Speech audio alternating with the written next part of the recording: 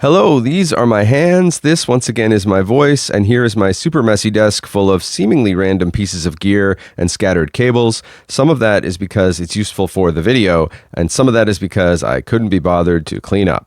Astute viewers may recognize some of this gear as some of the stuff I've been using in my live ambient setup that I've done a couple videos on by now. One recently where I did a song from scratch using a lot of this stuff. Hopefully you watched and enjoyed that. And another one where I broke down each piece of the setup and why I chose it.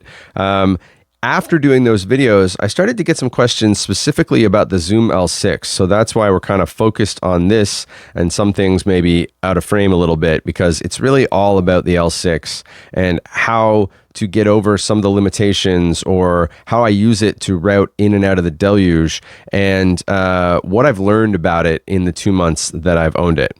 Disclaimer off the top, I do this for fun. This is just gear I bought myself. No company has asked me to make this video. I just thought it might be helpful to people who have similar gear and are on a similar gear journey to mine, because we're all in this together. It's an ecosystem. Let's rip the Band-Aid right off and get into the negatives. Stuff that I've learned about the L6 that I kind of wish I had known before I bought it, but probably wouldn't have stopped me, because it does still satisfy a use case that I have. It's the only thing of its form factor, feature set, and price point that I think would work for me at the moment on the market. But it does have some quirks that maybe might stop some of you, or quirks that I've learned how to get around that might be helpful if you've already got one. Quick note that I won't be getting into the 32-bit float aspect of the L6. It's more of a complex topic than this video has room for. But it is quirky and takes some getting used to if you've never used 32-bit float before, which I had not. But it can be very beneficial in terms of your gain staging or not clipping when recording. Suffice it to say, these level knobs only correspond to how much of each channel is being sent to your 2-track master out. They aren't gain knobs or trim knobs. So for example, if I'm sending the microphone on channel 1 to Reaper in my computer, I don't have a knob on the L6 to control the gain. It, based on 32-bit float, it just sends max gain, it won't clip, and then in your DAW, in my case Reaper, then I deal with the clip gain or channel gain there after I've kind of sent it through. So it's very handy. You don't have to worry about gain staging in these individual channels. You can still clip the master, but there's a compressor to avoid that if you want. But the 32-bit float part takes some getting used to.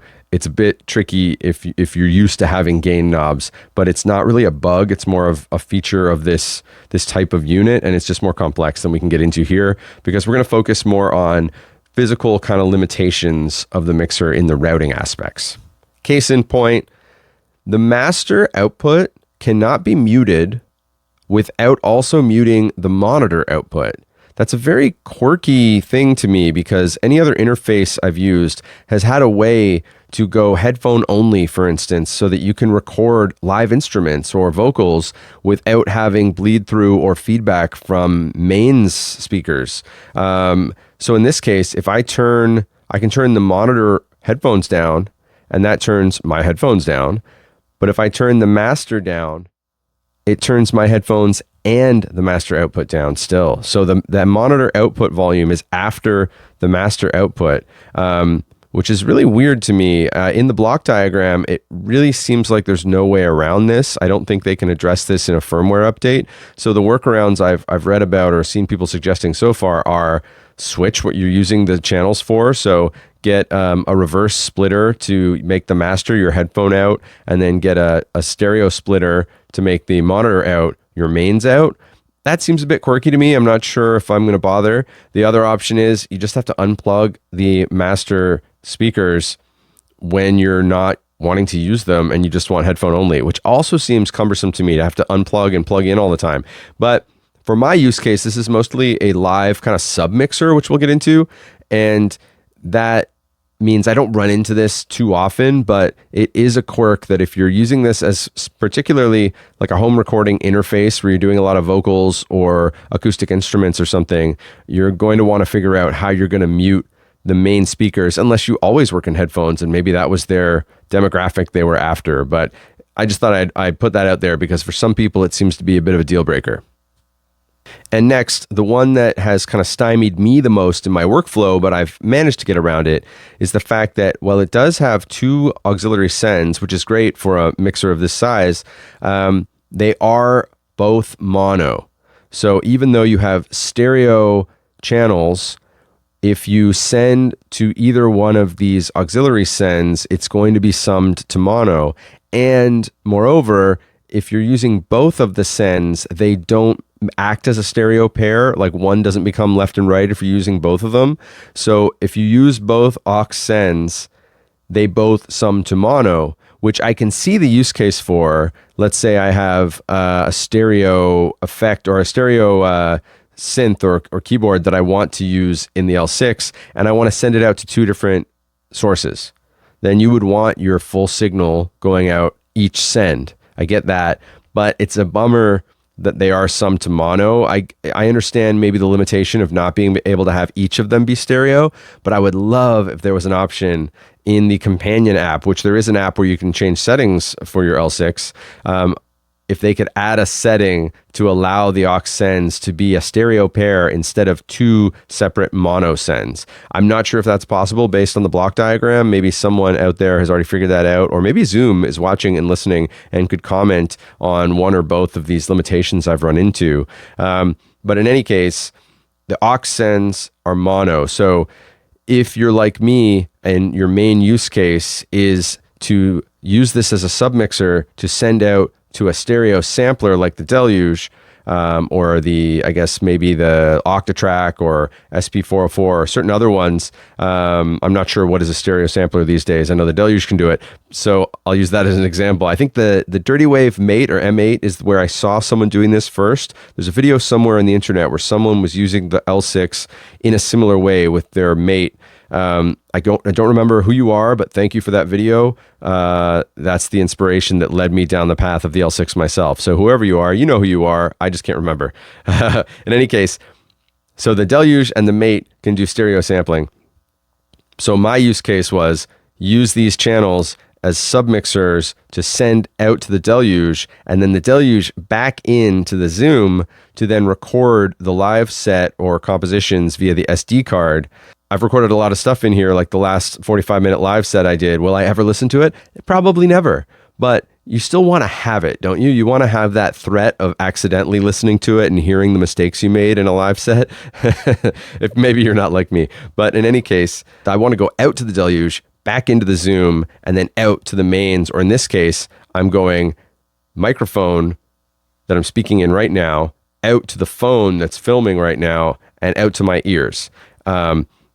With the Deluge, get everything in here, out to the Deluge, back in, out to the mains or to the phone or whatever I'm recording with at that point. So it is possible. The workaround is just a bit weird. I've tried to shoot this several times to show you how I route things in the L6 and not lose stereo field. But you have to sacrifice some track separation or control. But let me show you what I mean. Snap my fingers, and there, the reface CP is plugged in. Was that smooth? I don't think so. I'm not good at these fancy social media transitions. In any case, you should be able to hear with my poor left-handed playing the lovely stereo tremolo sounds of the reface CP. Now that's going stereo into channel 3 and just out into the USB into the phone.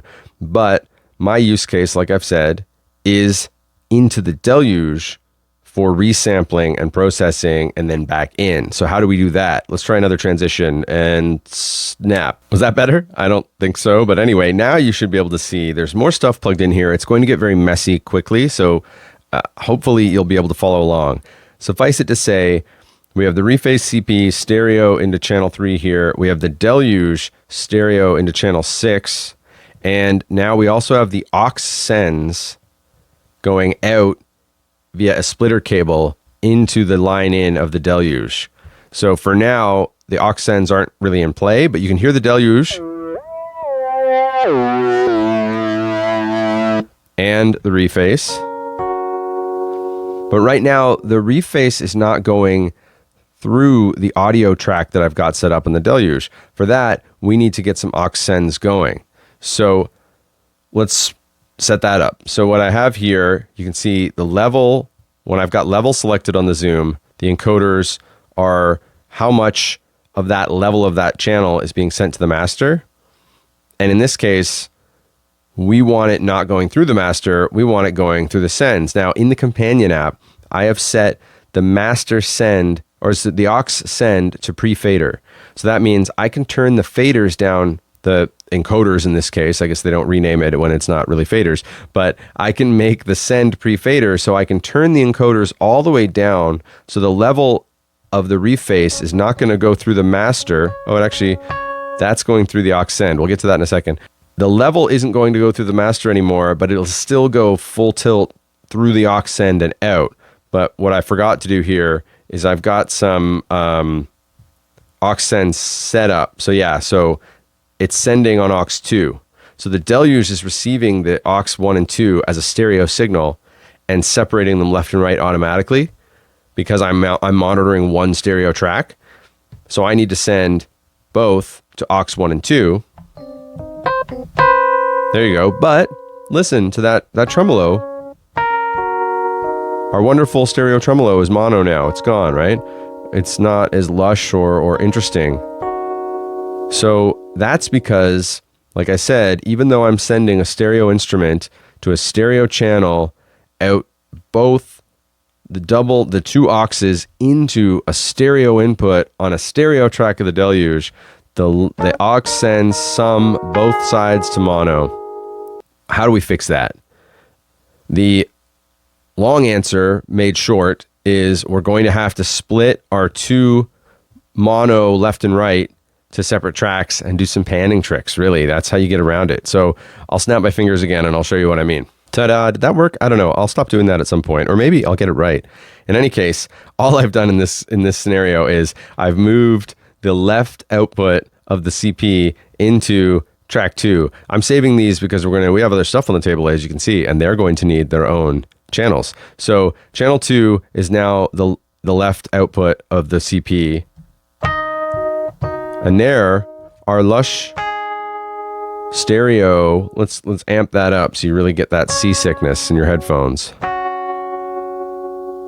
That's now stereo again, but still the levels are off. So that's not coming through the Zoom L6 master, the USB here. That is technically, but it's going through the Deluge first. How do I prove that? Let's add a bunch of reverb. There you go. So now, hopefully you didn't not believe me. I'm not lying to you, but now I hopefully have proven it that that's going through the Deluge, then out the L6. So the way we've done this is we select our aux sends here. Channel 2 is sending to aux 1. Channel 3 is sending to aux 2 and not aux 1. And then both of them are hard panned left and right. So this is kind of a bummer because, as you can see, we've eaten an extra channel to achieve this. In this case, I've actually taken one of the combo XLR jacks because I have plans for these other guys. I could have gone the other way, and I'll demonstrate what you can do. You can combine channels with multiple instruments if you swap their left and right and crisscross. So let's get some other instruments in play here to show you what I mean. Snap again. Did that work? I don't know. You may notice the Pluto is now on, and I've got a couple more cables going in now to the left and right of channels 4 and 5, respectively. And you can see they're muted right now so that we can't hear the Pluto. I wanted to talk for a second before it kind of takes over, but still hard panned left and right. And then I'll unmute our sends. And there you go. So I leave channel 4 is sending out to aux 1, but not aux 2. Channel 5 is sending to aux 2 and not aux 1, and they're hard panned left and right. And hopefully you can hear a bit of the textures. I haven't really finessed this patch that the Pluto's doing, but like hopefully you can kind of hear something happening in your ears as I change these knobs in a stereo fashion. Okay, so there's that. Now, let's show what I mean by crisscrossing the final item that we have on the desk that I haven't plugged in yet. We now have the patch blocks turned on, and our cables are in what we're going to call their final form for today. Apologies if this looks like a rat's nest from above, but it is all of the stereo outputs plugged in to the L6 for these 4 pieces of equipment in ways that makes the most sense to me, while also leaving room for a microphone and making sure that their stereo capacity is maintained while going into the Deluge and back in to the L6. So right now I've got everything but the microphone is basically muted. So let me go back to a setting on the L6 where these guys are active. And how do I do that? Right now you'll see, hopefully you can see actually, that scene B is lit. So scene B for me doesn't have the channels that these are part of active. The scenes you can save, so you can see all these sends are muted, and I've saved that to scene B. To do that, you just press and hold, and it blinks, and now you've saved your settings to one of the scenes.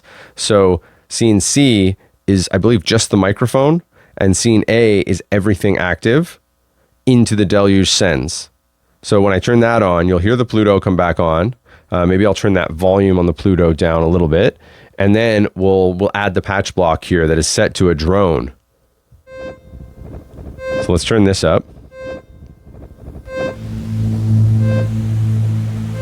So that's got a stereo drone with some harmonics in A major.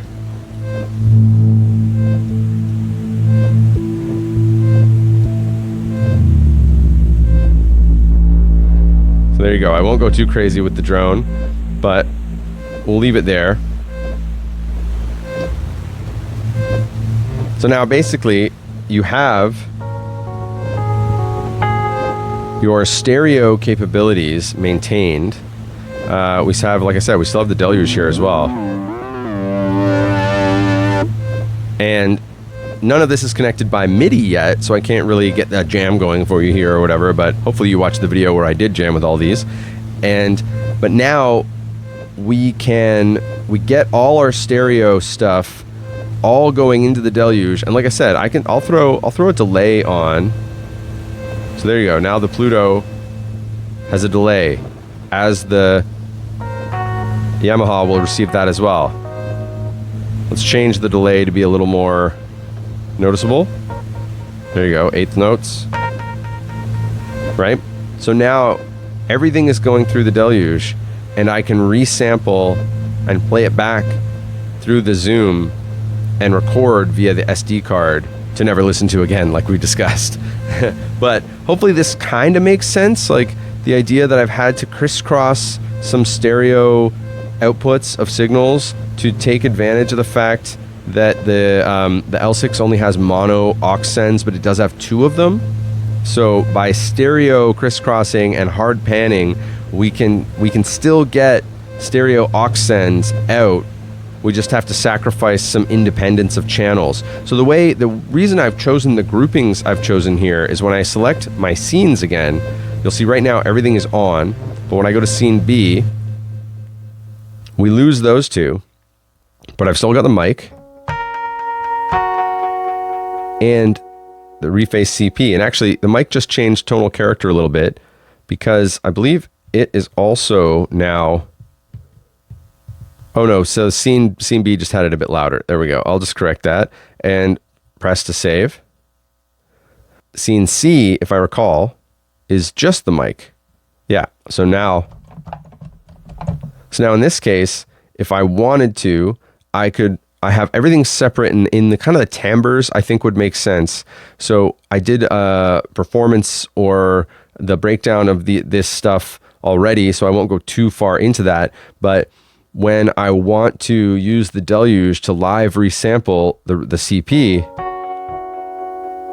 I can go to scene B and it mutes those 2 guys without me having to fiddle with their individual controls. But if I want them, I can go to scene A and they're back in. And if I want to, I can use their individual volume controls The only concession I have to make here is that means the Pluto and the patch blocks will always be resampled together into the Deluge. And they are married in terms of their channel controls here. So if I do effect sends or panning, they will both be affected. So you have to be, that's why I've chosen the patch blocks and the Pluto are both kind of atmospheric textural things to me, whereas the reface and the vocals obviously are doing more lead duty. So I wanted to be able to separate them and have more control. And it's kind of a sacrifice I'm willing to make for a live set where I've kind of pre-planned a bunch of stuff to happen.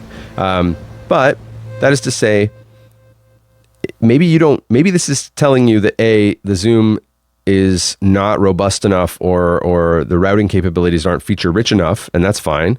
You maybe need something bigger or maybe something else will come on the market that will suit any needs.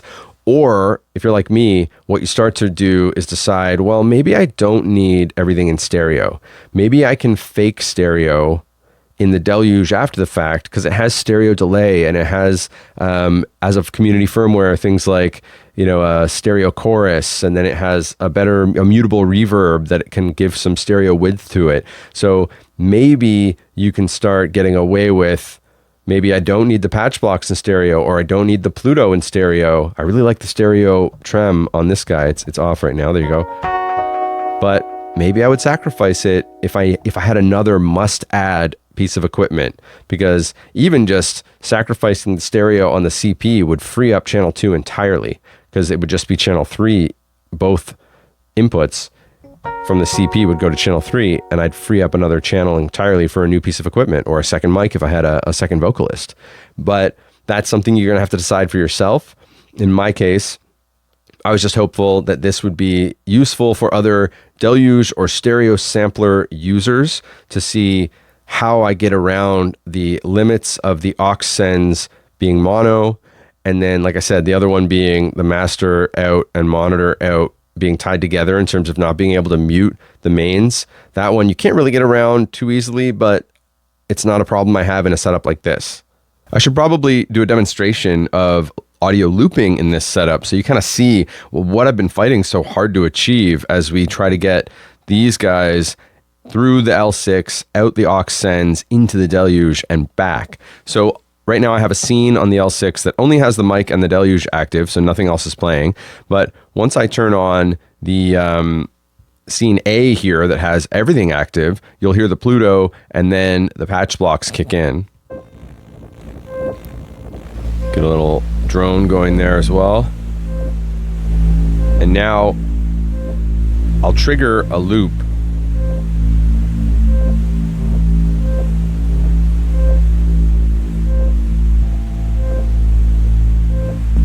Okay, there. So we got a loop of those two things, just as kind of atmospheric background. Now I'm going to switch scenes here to scene B, which only has the CP and the mic and the Deluge active. So you can still hear that loop, but the patch blocks, normally that drone would be overwhelming if I turned it up that much, and the Pluto, they're not actually active in the mixer anymore. We're only hearing the loop from the Deluge. So I can put some reverb on it just to blow it out a bit if I wanted, But now what we can also do is we can, because we're in a scene now that only has the CP active and the mic, I can quickly play a poorly played left-handed melody on the CP into a newly triggered audio track and loop that as well without worrying about those other guys also adding to the noise.